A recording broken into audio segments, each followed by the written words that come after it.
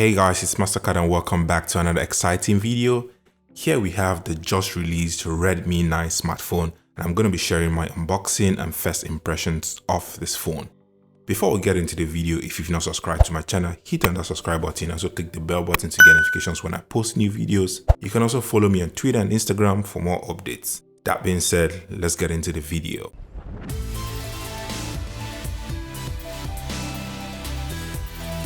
Taking a look at the box, we've got some specs here.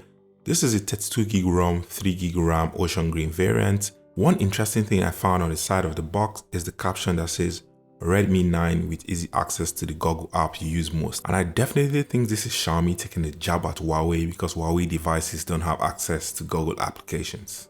Taking off the lid reveals the small pack that holds the manuals. Let's put it aside for a second and see what we have. Next, you have the device itself. On the wrap, you can see some key specifications. We have the 13 megapixel quad AI camera setup with ultra wide and macro lenses, 5020 mAh high capacity battery, 6.53 inches Full HD Plus dot display, and a Helio G80 processor.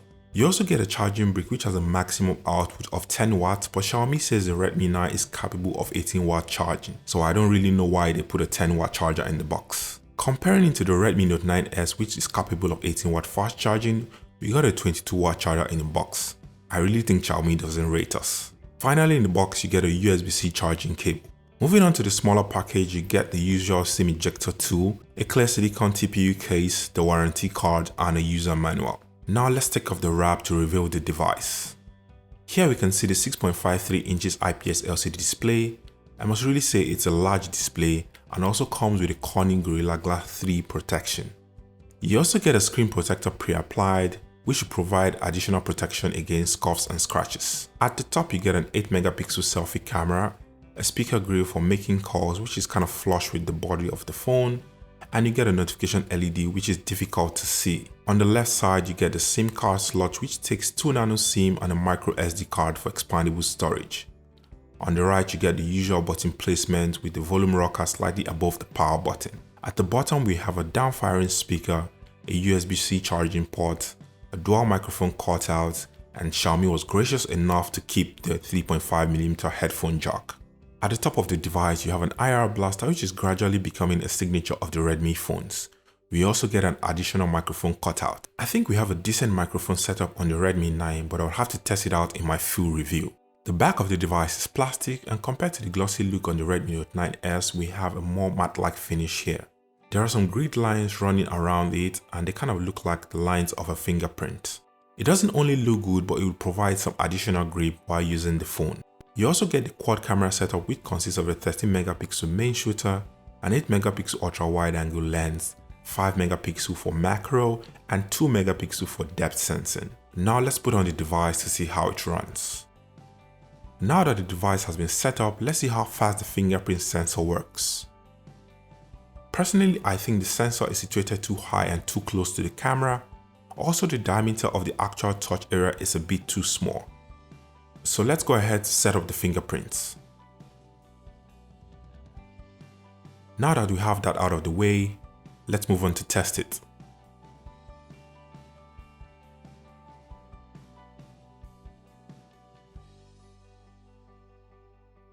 Okay, maybe I might have judged too quickly. The fingerprint sensor is quite fast. I'll continue to use it and provide my final verdict in the full review. Coming to the software, according to the details we saw online, we were expecting the Redmi 9 to come with the new MIUI 12 out of the box. But let me be the bearer of bad news. On the Redmi Note 9, we are stuck with MIUI 11. I have literally pressed the update button 100 times, but no update has been pushed. Hopefully, we should see some update from Xiaomi soon. The Redmi 9 runs Android 10, and with Android 11 in beta, we should be expecting an update hopefully in some months. Here we have the 32GB version of the Redmi 9, and the phone takes a reasonable amount of space, so you might want to get the larger 64GB variant.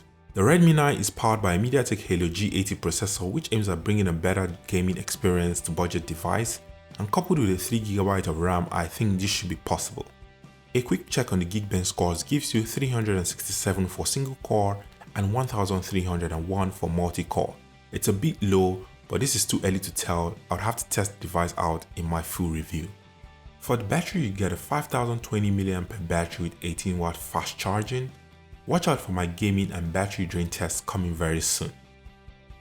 To the camera, you get an 8-megapixel selfie camera at the front and a 13-megapixel quad camera setup at the back. From this selfie I took, the image is very sharp, it has a lot of details to it, and I also like the skin tones and color reproduction.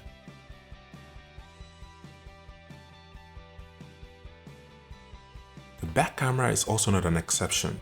Zooming into this image of this bird I took, you can see that there's a lot of details in the picture, but we'd have to wait for my full review to determine how good the camera is.